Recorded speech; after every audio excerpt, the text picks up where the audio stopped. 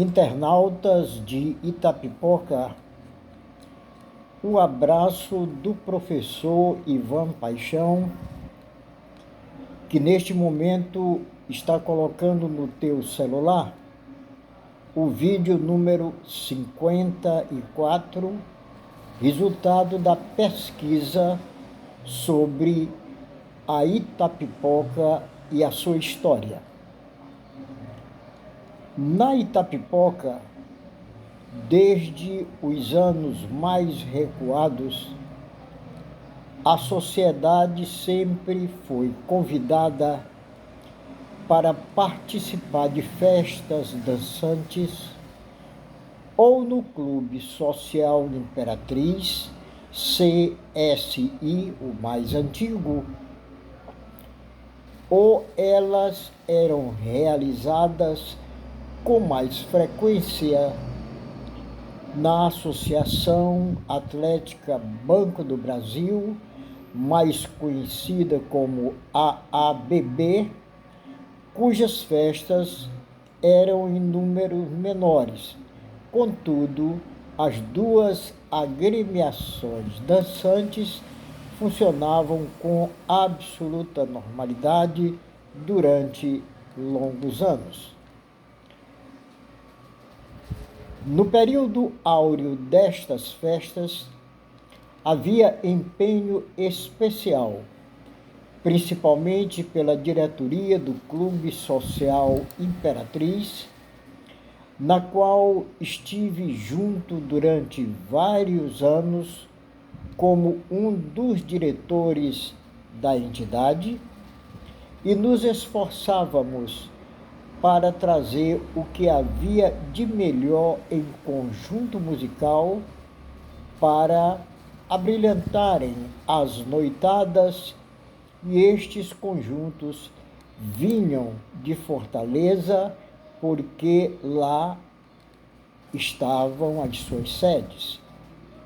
Os dois conjuntos musicais mais solicitados na época era Paulo de Tarso e o conjunto, Paulo de Tarso e seu conjunto, e Ivanildo e seu conjunto. Por isso, com certeza, aqueles rapazes vieram tocar no CSI de Itapipoca inúmeras vezes no decorrer de vários anos. Em determinado momento, o CSI estava se preparando com antecedência para oferecer aos associados uma festa diferente, com muito mais motivações e atrativos, e para tal estivemos em Fortaleza para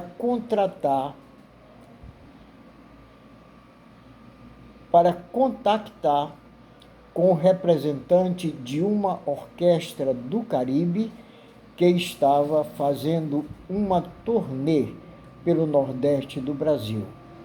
Fechamos o contrato e exigimos que em cada mesa do clube, na noite da festa, tivesse um LP da orquestra que serviu de recordação por ocasião daquele brilhante evento com, abre aspas, Orquestra Sonora do Caribe, o que na realidade aconteceu. Além das festas dançantes,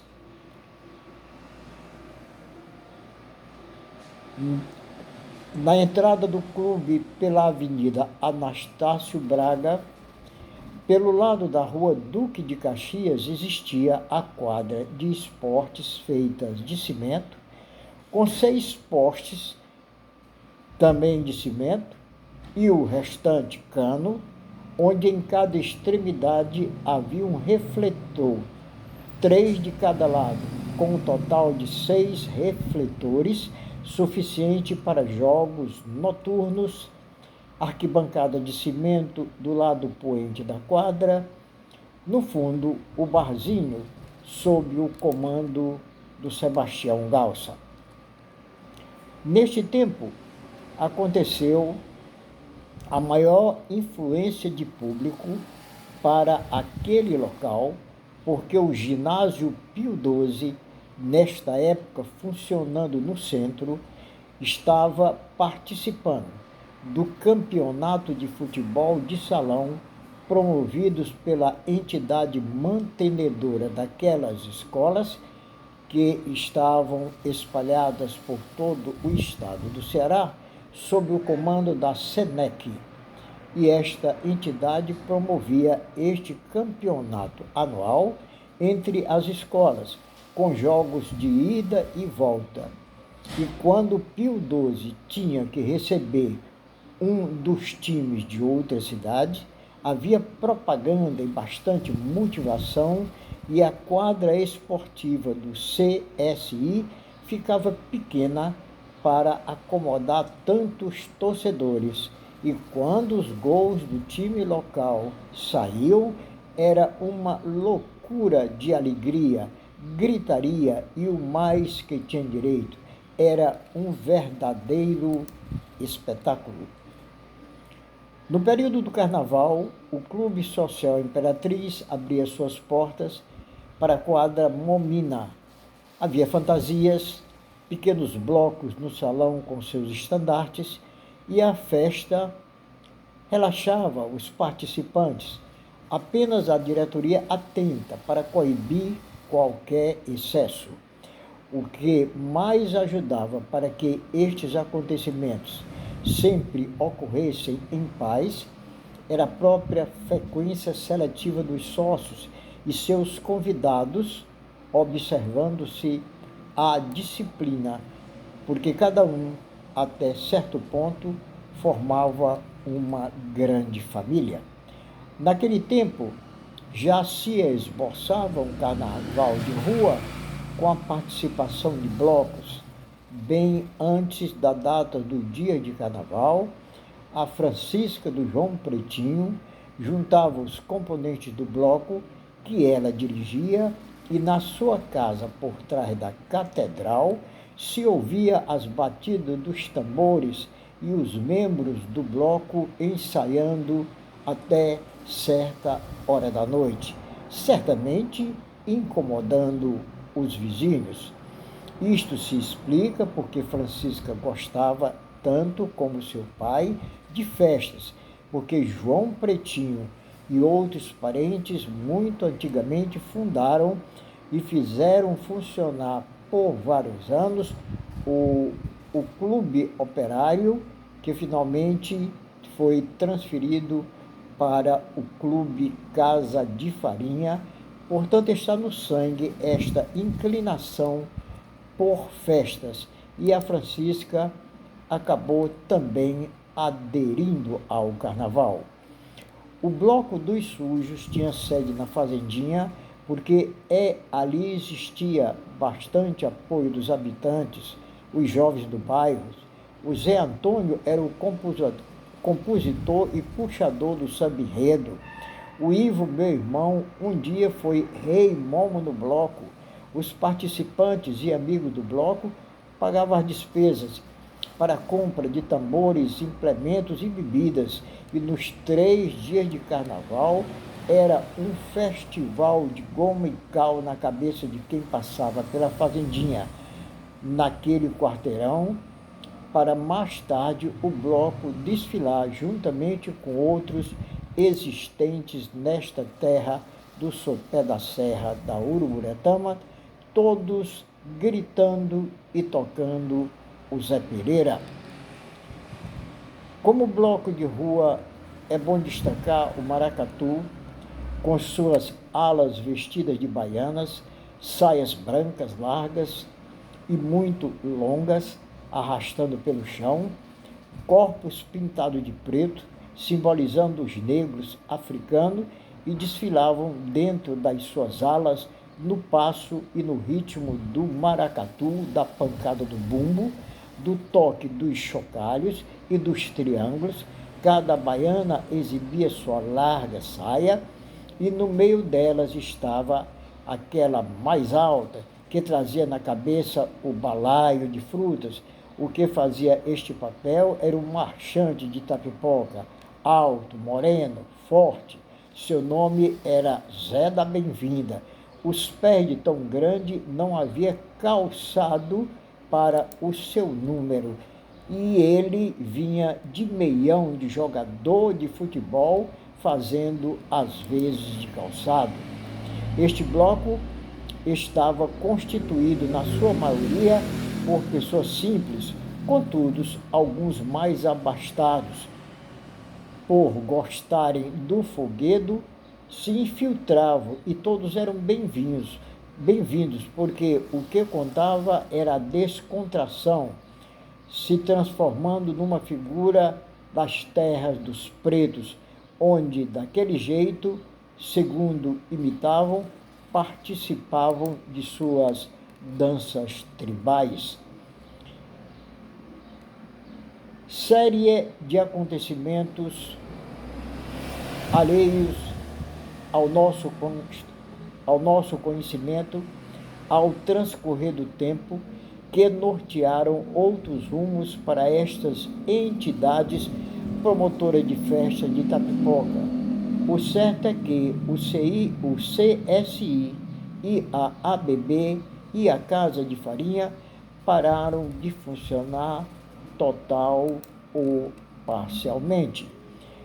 Pela distância que hoje estamos destes veículos de lazer, não nos cabe analisar estes fatos sem as devidas pesquisas necessárias e somente por elas as respostas serão esclarecidas, mas até aqui nada sabemos a respeito.